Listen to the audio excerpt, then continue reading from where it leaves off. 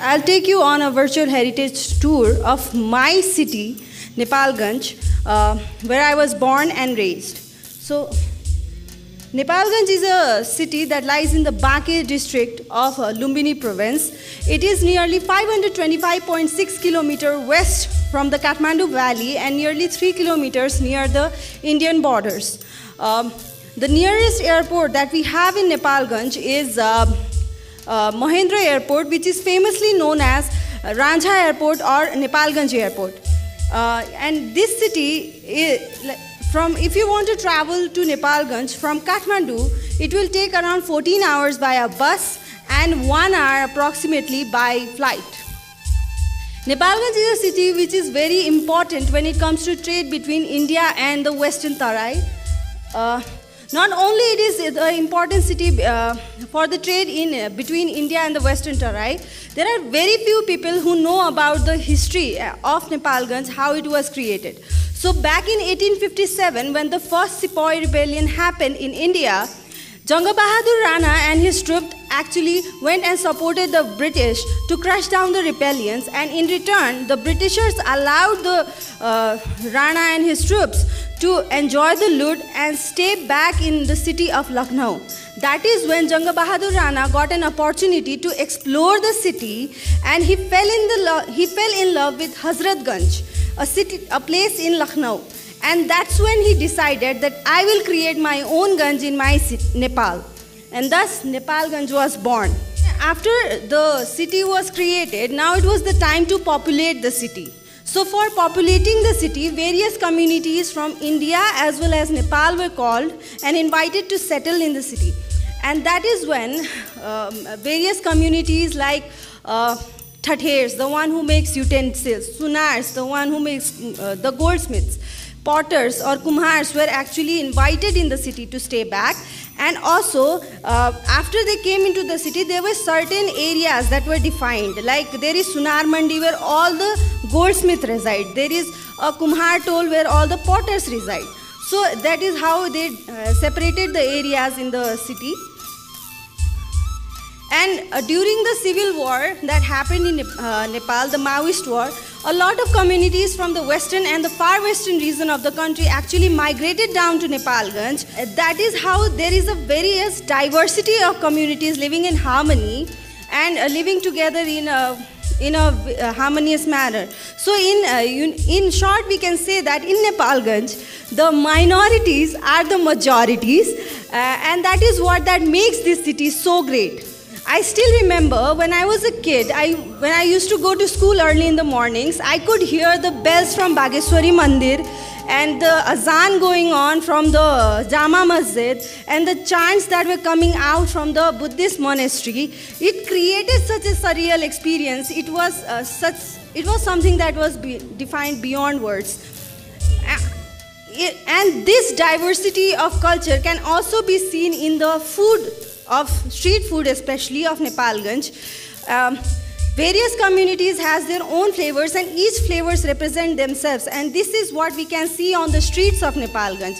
And also I would like to mention that the streets of Nepalganj changes its color as the day passes, as the time in the day passes. So for example, in the mornings you'll have chola puri, you'll have samosas, you'll have jalebis, and you'll have the favorite breakfast of Nepalganj, that is chana puri. But in the daytime, you'll find ghamanja. You will not find anything that you found in the mornings.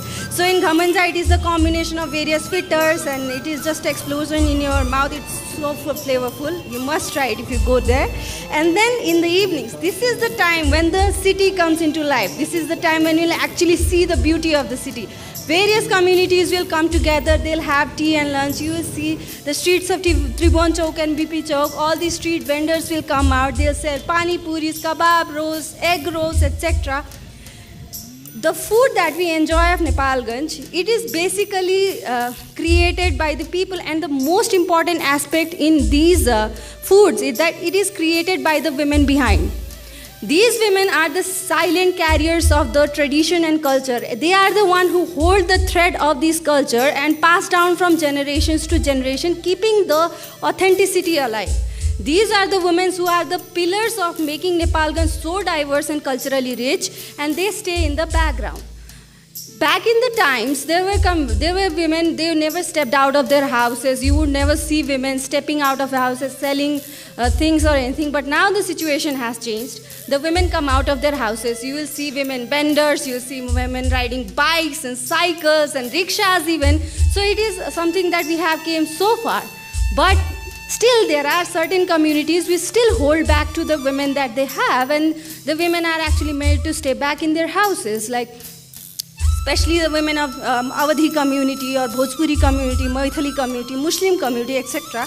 These kinds of women stay back in their houses, and they are made to take care of their families and hold on, like pass down the traditions, never come out of their houses.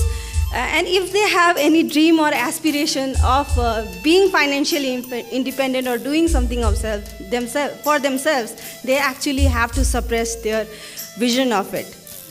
And while growing up, I saw this same in my family. This lady smiling over there in blue sari, it's my mother, Satyavati Shukla.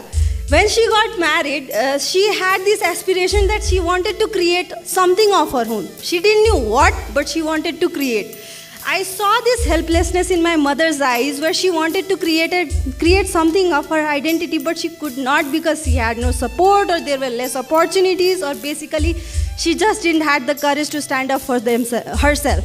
That is what that inspired me, that in future I will start a women-centric business where women like my mother, I could do something for them. And thus the inspiration of my initiative, Sattva Food Products and Katran Nepal, came into picture. This is Sattva Food. So along with the women of these communities, I also realized that when I came to Kathmandu for my further studies, that is when I realized that a lot of people are still unaware about the communities living in the Tarai region, and the flavors and the tradition, culture and arts, they are still in the background. They are not much explored. So I did my research, and after that research, these are the initiatives that I started. So Sattva Food Products basically was started with a vision that the unexplored flavors of Tarai and the community that makes it, we actually try and put forward their flavors in front of the people to learn and explore about it. And we do that by collaborating with the local women and so that they can curate the best flavors, and we source the raw materials from the local farmers of the region. The women are the backbone of Sattva Food Products. They are the ones who create magic out of their hands, and they are the ones who actually brought us today where we are standing. And the same goes for Katran. Like the food, the art culture of the Tarai is yet unexplored. Katran is working towards bringing out these art forms by helping the women to put forward their upcycling techniques of clothes in front of the world to see and to understand how they do it. So the old textile becomes bags, pouch, or dog beds, etc. We do it either by stitching them in new forms, or we just shred them into smaller pieces so that we can use it as a filling for our dog beds and everything, or we just cut it in a longer strip and then knit it together to make our mats or anything like that.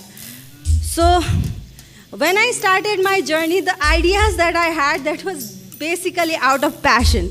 I was somebody who was just a college graduate, and I had a long way to go to learn and explore and actually understand how the world works. So there were times when I had to learn a lot of things on the feet, on the go. There was nobody to actually help me and mentor me. And that is eventually, while I was on this journey, I also got an opportunity to be a part of In Our Hands program, where I got an opportunity to meet with like-minded people with whom I can share my ideas, my vision of future and everything.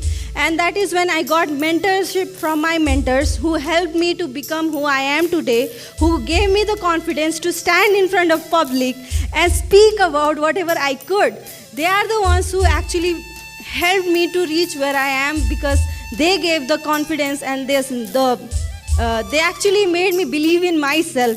And that is when, And this program also helped me to execute the vision of Katran more effectively. And like, I had so many ideas in my head. This was the program that helped me to actually the diversified idea that I had into smaller pictures and actually make it into reality. Still, there are certain challenges I still face. Like, the first challenge that I face is lack of financial support. Right now, we don't have a lot of funding opportunities in Nepal, or especially in Nepalganj, and then lack of manpower. If there is someone who is skilled enough, they are not going to stay back in Nepalganj. They'll either move to bigger cities like Kathmandu, Biratnagar, Pokhara, or they'll just go abroad where they can earn more for themselves. And then the other problem that I face is lack of community of like-minded people. I still find, I cannot find proper community where I can go and express myself and learn things, get constructive feedbacks to actually help me improve my work and everything. And the last problem that I feel that everything is Kathmandu centered. It's been 2 years since I have started my entrepreneurial journeys, and throughout I have seen a lot of workshop that is being conducted that I know it will be good for myself, but they are in Kathmandu. If I want to place my products, I have to be in Kathmandu, so I have to just shift the whole logistics, come here and put my stall over here. If I have to talk to certain marts or something, I still have to come to Kathmandu and talk to them. So it acts a way, I'm not complaining about it, but it is just like a step extra for me. So it is a bit difficult. Even though I have a lot of problems and issues and challenges, but these challenges I think I will be able to overcome because I have the commitment of turning my vision into reality. With my initiatives, I believe I will be able to bring out the vibrant art and taste of the Tarai region and put forward in the world to experience. As Mother Teresa famously said, I can do things you cannot, you can do things I cannot, and together we can do great things. So today, taking this opportunity, standing in front of you, I would invite you to be a part of our journey and see our vision and be a part of our adventures and help us grow by your feedbacks, suggestions, inquiries, any kind of queries that you have. This is our contact. You can talk to us anytime you feel like. Thank you so much for this opportunity, and I'm really very grateful for everyone to be.